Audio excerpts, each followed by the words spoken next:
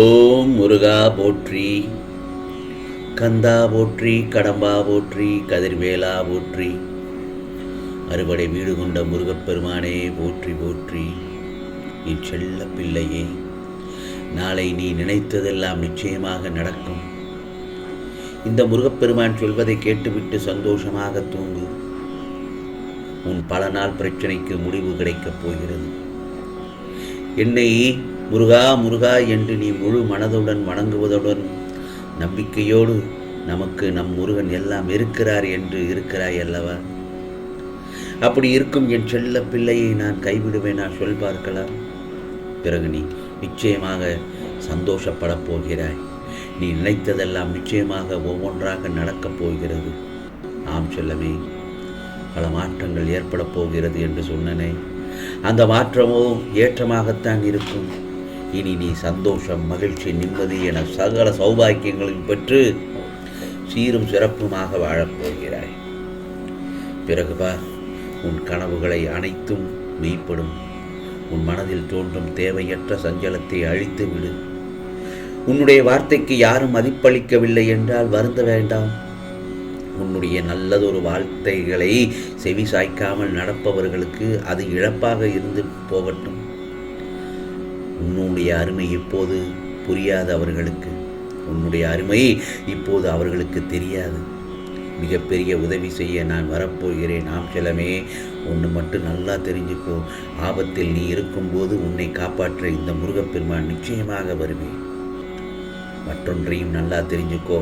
ஆபத்தை நீ தேடிச் சென்றால் என்னால் மட்டுமல்ல, வேறு எவராலும் உன்னை காப்பாற்ற முடியாது என்பதையும் தெரிந்து கொள். முதலில் முருகா, உன் தெய்வ நம்பிக்கை ஒருபோதும் உன்னை கைவிடாது. எதை நோக்கி போகின்றாய் என்று முடிவு செய்துவிட்டு முன்னேறு. போராடி போராடி ஒரு விஷயத்தை அடையும் போதுதான் வாழ்வு அர்த்தமுள்ளதாக மாறுகிறது. நீ நன்றாக இருப்பாய் என் செல்லமே.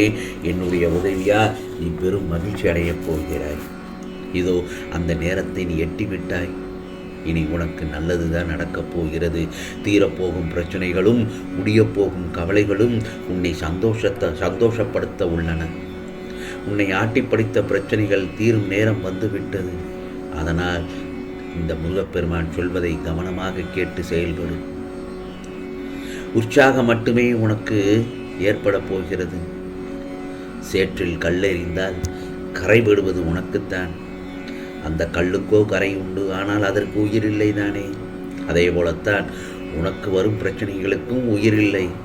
ஆனால் நீ அதை பெரிதாக எடுப்பதால் தான் அதற்கு தேவையில்லாமல் யோசித்து அதற்கு ஒரு உயிரை கொடுத்து கரை என்னும் சேற்றில் கிடந்து அழுது அல்லோலப்படுகின்றாய். அதனால் உன் கவலை என்னும் சேற்றில் விழாமல் நடைபோடு. ஏனென்றால் எல்லா பிரச்சனைகளுக்கும் நிச்சயமாக ஒரு முடிவு இருப்பது உனக்கு நன்றாக தெரியும். அதுபோலத்தான் உன் எல்லா பிரச்சனைகளில் இருந்தும் வெளிவர சோகம், கவலை என்பதிலிருந்து நகன்று போ. அப்போது அது நிச்சயமாக உன்னை பாதிக்காது. பிரச்சனையிலிருந்து அப்போது அது உன்னை பாதிக்காது. பிரச்சனையிலிருந்து விடுபட்டு விடுவாய். பிறகு எல்லாம் சுகமாகிவிடும். நிச்சயமாக இந்த முருகப்பெருமான் உனக்கு நான் வழிவகுப்பேன் நல்லதொரு பாதையை. உனக்கு கஷ்டங்களை எல்லாம் தீர்த்து வைப்பது என்னுடைய வேலை அல்லவா? உனக்கு நீ முதலில் உன் பயத்தை தூக்கி எறி. மகிழ்ச்சியாக இரு, நிம்மதியாக இரு. என்னுடைய அருளும் ஆசையும் எப்போதும் உனக்கு உண்டு. இன்றோடு உன் கஷ்டகாலங்கள் எல்லாம் முடிவரப் போகிறது என் செல்லமே. இனி உன் வாழ்க்கை மங்களகரமாக அமையும். வெற்றிகள் உன்னை வந்தடையும் ஒவ்வொன்றாக. பொறுத்திருந்து பார். கடந்த பாதைகள் உன்னை கலங்க வைத்தாலும் இப்பொழுது வரவிருக்கும் பாதைகள் நிச்சயமாக உன்னை வாழ வைக்கும். இதுவரை நீ பட்ட கஷ்டங்கள் எல்லாம் விலகி பிரகாசமான வாழ்க்கை அமையப் போகிறது. வாழ்க்கையில் இனி வரும் நாட்கள் எல்லாம் உனக்கு மகிழ்ச்சி மட்டும்தான் தரும். பொறுமையாக இரு, நல்லது நடக்கும். உன் வாழ்க்கையில் இன்னும் எத்தனை நாட்கள் தான் மெழுகுவர்த்தியாய் இருக்கப் போகிறாய்? மற்றவர்களுக்காக மட்டுமே நீ கரைகிறாயே. உன் வழிகள் உனக்கு பெரிதாக தெரியவில்லையா? நீ கஷ்டப்படுகிறாய். பெரிதாக தெரியவில்லையா? நீ கஷ்டப்படுகிறாய். அது எனக்கே மிக கஷ்டமாக உள்ளது. உன்னை அந்த அளவுக்கு ஆக்கியவர்களிடம் மீண்டும் அதே போல பேசி பழகுகிறாய். அவர்கள் உன்னை காயப்படுத்தினாலும் நீ கோபம் கொள்ளாமல் இருக்கிறாய்.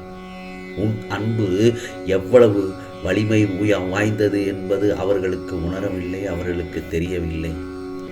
உண்மையை உணர்ந்தால் அவர்கள் நிச்சயம் உன்னை அலட்சியப்படுத்தி இருக்க மாட்டார்கள்.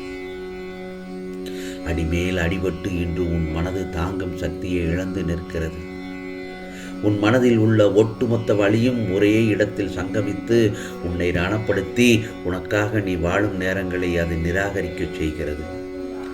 அவர்களுக்காக அவ்வளவு யோசிக்கிறாய், கொஞ்சம் உனக்காகவும் யோசி. நீ அன்பு கொண்டவர்கள் உன்னை காயப்படுத்தி விட்டார்கள் என்று உன் மனதை ரணப்படுத்தி கொண்டிருக்கிறாய். ஆனால் எனக்கு என் பிள்ளை நீ. உன்னை நினைத்து அதை பார்த்து என் மனம் நொந்து போகிறது. உனக்கு ஒருவர் கஷ்டங்கள் கொடுத்தால் அவர்களை குறை கூற வேண்டாம். அவர்கள் உன் கர்ம வினைகளை எல்லாம் போக்கி உனக்கு கடவுள் கற்றுத்தர நினைக்கும் வாழ்க்கை பாடத்தை புரிய வைக்கிறார்கள் என்பதை நினைவில் கொள். உன்னை நான் நிம்மதியான சூழலில் வாழ வைப்பேன். உன்னை காப்பாற்ற நான் என்னவெல்லாம் செய்ய வேண்டுமோ அவை அனைத்தும் இந்த முருகப்பெருமான் ஒவ்வொன்றாக செய்து கொண்டுதான் இருக்கிறேன். என் செல்ல பிள்ளையின் வாக்கு நிச்சயமாக ஒவ்வொன்றாக நிறைவேறும். வெளிச்சம் இருக்கும்போது மெழுகுவர்த்தி ஏற்றினால் அந்த இடத்திற்கு மதிப்பு இல்லை என்பதை நன்றாக தெரிந்து கொள். அப்படி ஏற்றினால் யாரும் மதிப்பளிக்க மாட்டார்கள். வீணாக அது உன்னையே உருக்கிக் கொள்ளும். எவர் உன் துணை வேண்டும் என்று உன்னிடத்தில் அன்புடன் நோக்கி வருகிறார்களோ அவர்களுக்கு நீ மெழுகுவர்த்தியாயிரு. அவர்களுக்கு மட்டுமே நீ மெழுகுவர்த்தியாயிரு. ஆகவே அதற்கும் ஓர் அளவை வைத்துக்கொள்.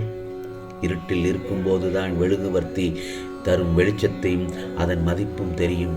அதே போலத்தான் துன்பம் என்ற இருள் எவருக்கு உள்ளதோ அவருக்கு அந்த நேரத்தில் தான் உன் மதிப்பு தெரியும்.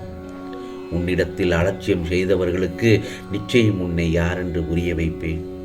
ஆகவே இன்றோடு உன் கஷ்டங்கள் காலங்கள் எல்லாம் கஷ்டமான காலங்கள் அனைத்தும் முடித்து வரும் வாழ்க்கை மங்களகரமாக அமையப் போகிறது. நாளை உனக்கான பொழுதாகத்தான் விடியப் போகிறது. நிச்சயமாக இன்று இரவு உன் வாழ்வில் நிச்சயமாக அதிசயம் நிகழ்த்த நிச்சயமாக உன் முருகப்பெருமான் உனக்கு ஒளியாய் நான் வருவேன். நிம்மதியாக தூங்கு. நாளைய பொழுது உனக்கான பொழுதாகத்தான் விடியப் போகிறது. நிச்சயமாக நல்லது நடக்கும். நல்லது மட்டுமே நடக்கும். அதுவும் நன்மையாகவே நடக்கும். ஓம் சரவண பவ. ஓம் சரவண பவ. ஓம் சரவண பவ.